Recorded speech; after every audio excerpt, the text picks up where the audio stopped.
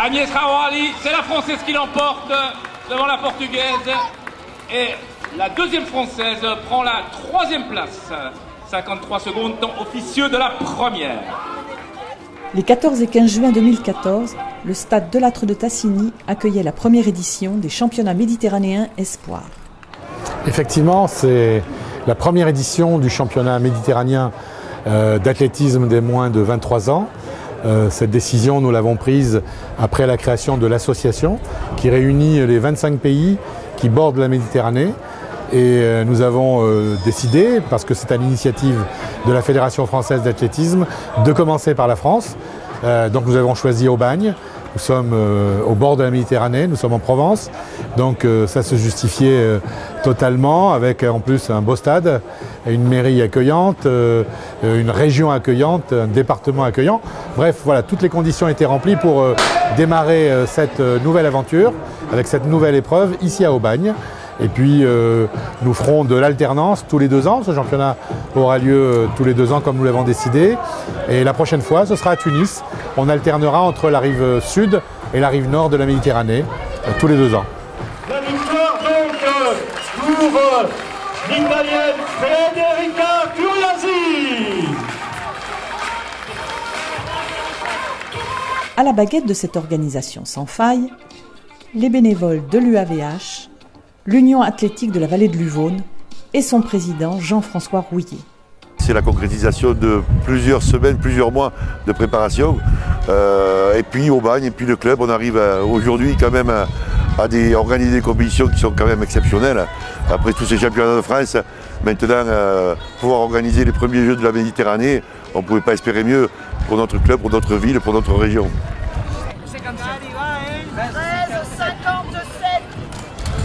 Ces championnats, le gros problème, c'est les athlètes de tous ces pays arrivent à Marignane et à partir de là, il faut les véhiculer à leur hôtel, il faut les amener au stade pour les entraînements, il faut les amener pour manger.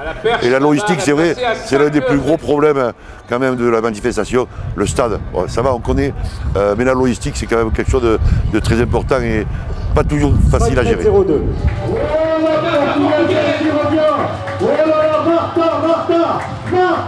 Marta Penfretas, Portugal.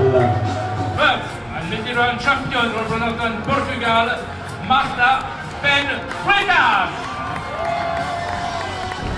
C'est une grande fierté pour la ville. D'une part, c'est une réunion de sport donc, qui fédère l'ensemble des pays autour de l'Union méditerranéenne. Et c'est une véritable honneur pour la ville d'Aubagne de recevoir aujourd'hui autant de pays différents pour cette manifestation.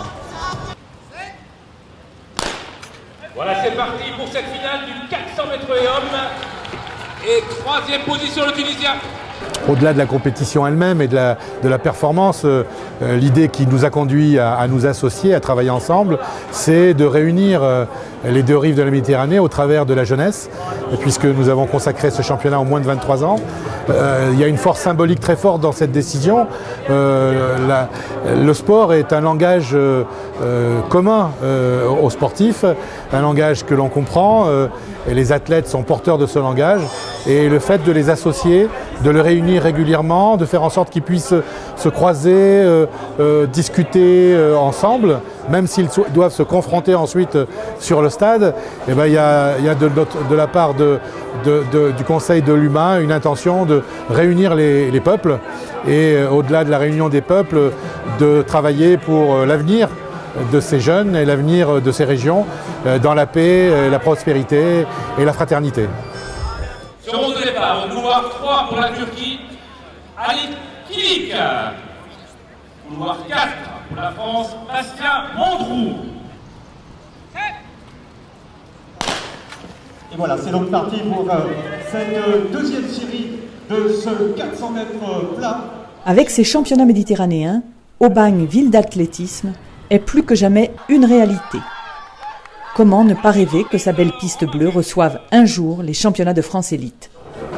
Écoutez, d'abord, si on a fait cela, c'est parce qu'il y a un bon club à Aubagne, il y a une bonne équipe à la tête de ce club, une belle motivation. Et évidemment, pour nous, c'est une sécurité quand on organise un événement, quel qu'il soit national ou international, quand on sait qu'on peut compter sur des bénévoles de qualité. on est beaucoup plus en sécurité dans l'organisation. Alors la prochaine étape, ça peut être un événement national d'une autre envergure.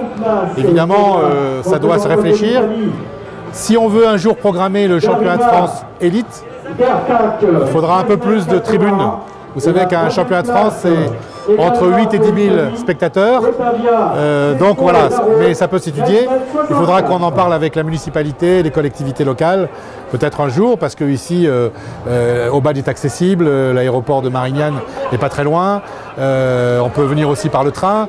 Et donc voilà, ça pourrait être effectivement un lieu tout à fait adapté, approprié à l'organisation d'un France élite. Mais ça demande une réflexion préalable. Ben, je crois que ça serait l'apothéose pour notre club de l'UAVH, bien évidemment, et pour toute la ville d'Aubagne. Nous avons le président avec qui j'étais hier soir lors d'un dîner de réception et d'accueil des fédérations, était très heureux de venir sur Aubagne. Il est encore aujourd'hui avec nous dans le stade et il sera demain pour l'idée de clôture également parmi nous. Et donc on fait tout au niveau de la ville pour effectivement réaliser ce rêve qui serait vraiment l'aboutissement pour la ville d'Aubagne et pour le club de l'UAVH. On ne va pas trop en parler, mais on a toujours quand même des petites idées dans la tête. Mais ça, on en discutera avec la fédération et avec notre mairie. Deuxième position, bouleversement. Les 3 Italiens. Et un peu plus loin maintenant. Quant au bilan sportif, du point de vue de l'équipe de France, il est excellent. Les troupes de Gagny-Yalouz repartent d'Aubagne avec une moisson de 37 médailles, dont 19 en or. Autant d'occasions d'entendre retentir la Marseillaise. Mesdames et messieurs, veuillez vous lever pour l'hymne national de la France. The national anthem of France.